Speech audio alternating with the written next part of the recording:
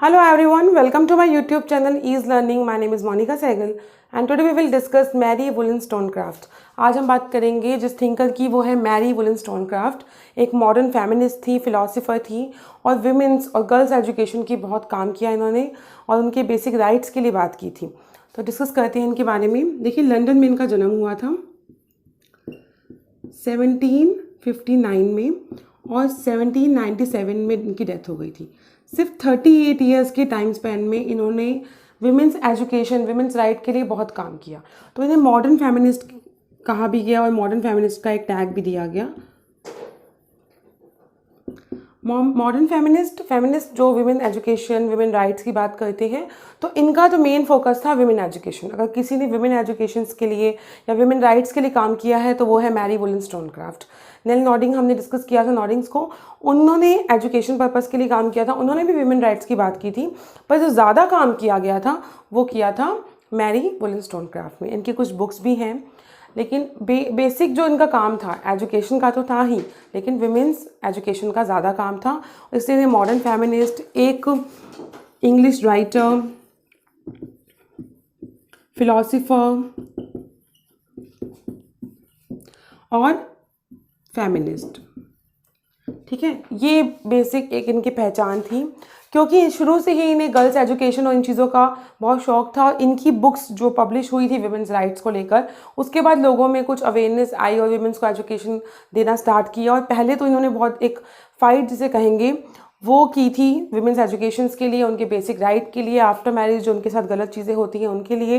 तो उनका जो ओवरऑल सिनेरियो था वो विमेंस की एजुकेशन और गर्ल्स एजुकेशन को था कि गर्ल्स को बेसिक एजुकेशन देनी चाहिए ताकि उन्हें कैलकुलेशन, रीडिंग, राइटिंग जैसी बेसिक चीज़ें आएँ। उसके बाद जो बच्चे पढ़ना चाहते हैं उन्हें और आगे पढ़ाना और ये एजुकेट करना, ये इनके बेसिक जो फिलॉसफी है उसमें इंक्लूड होता है।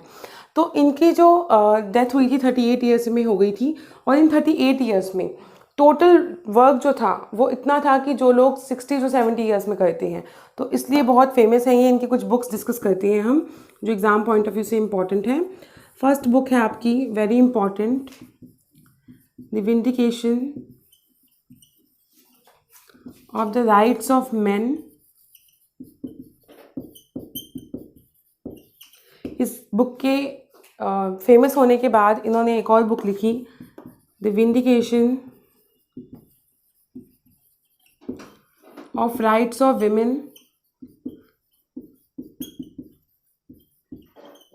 देखिए, पहले इन्होंने मेन के लिए लिखी, उनमें इन्होंने ये नहीं लिखा कि मेन के राइट्स क्या हैं, राइट्स ऑफ मैन लिखा हुआ है, लेकिन ये लिखा कि मेन को ज़्यादा राइट्स कैसे दिए गए हैं या मेल डोमिनेटेड सोसाइटी क्यों बना दी गई है, विमेंस को इक्वल राइट्स क्यों नहीं हैं, चाहे वो इक्वल सैलरी के राइट्स हों, चाहे अपनी एजुकेशन के लिए राइट्स हों, चाहे बेसिक एक जो नीड होती है उसके राइट्स हों। तो vindication of the rights of man लिखी जो बहुत फेमस रही। उसके बाद उन्होंने लिखी the vindication of rights of women, जिन्होंने विमेन राइट्स को, विमेन एजुकेशन से रिलेटेड उनकी बेसिक राइट्स, उनकी नीड्स, इन सब की बात की थी। उसके बाद इनकी एक और बुक थी एजुकेशन ऑफ डॉटर्स,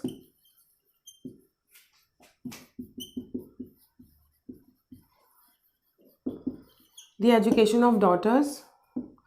और बाकी की बुक्स जो फेमस हैं लेकिन उनमें मैरी का ही नाम है और इनका खुद का नाम है, तो वो आपके लिए इजी भी हो जाएगा, मैरी एंड मैरी, ठीक है। एक फिक्शंस करके भी बुक थी इनकी।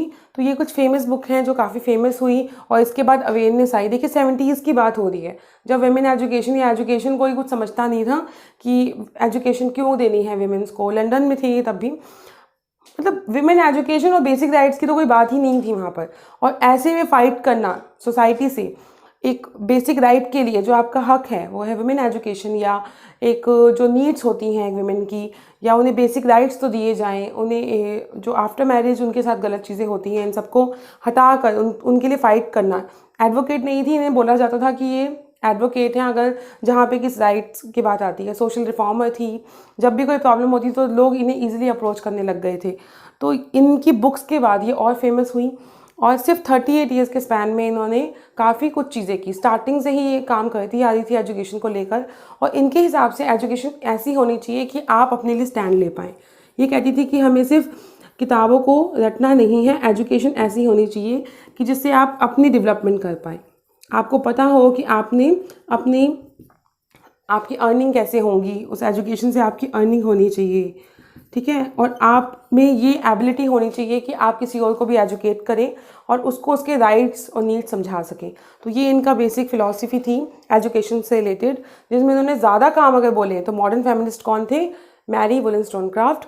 और अगर एजुकेशन के लिए काम किया था तो सावित्री बाई फुले आएगा अभी आगे और डिस्कस करेंगे हम नेक्स्ट वीडियो में।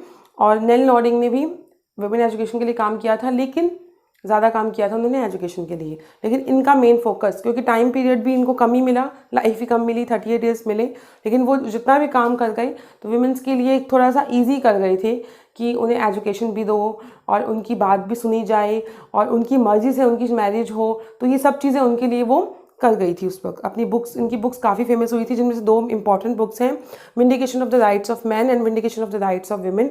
Very important. दूसरी बुक आप याद कर सकते हैं डॉटर्स के नाम से। और भी बुक्स हैं, लेकिन उन सब में मैरी वुलेस्टोनक्राफ्ट का नाम है, तो ईजिली आपको पता लग जाएगा कि इनकी बुक है। तो लर्न करने के लिए ये बुक्स हैं आपकी। तो आई होप आपको ये छोटी सी वीडियो अच्छी लगी होगी। मैंने शॉर्ट में इसलिए किया है ताकि आपको ईजिली लर्न हो जाए ये चीज़ें। जो काम की चीज़ें हैं वही डिस्कस किए हैं आपसे। एग्जाम पॉइंट ऑफ व्यू से इंपॉर्टेंट है। यूजीसी नेट पेपर एजुकेशन में थिंकर्स जो हैं, वेस्टर्न थिंकर्स, उनको हम डिस्कस कर रहे हैं। जे कृष्णमूर्ति जो इंडियन थिंकर हैं उनको हम डिस्कस कर चुके हैं। पाउलो फ्रेरे वेस्टर्न थिंकर हैं, उनको हम डिस्कस कर लिया है। नेल नॉर्डिंग को डिस्कस कर लिया है और अब आज डिस्कस किया हमने वुलेस्टोनक्राफ्ट को। इंपॉर्टेंट है एग्जाम पॉइंट ऑफ व्यू से। आई होप आपको ये वीडियो अच्छी लगी होगी। अगर अच्छी लगी है तो like share subscribe to my channel and hit the bell icon for latest update. Thank you.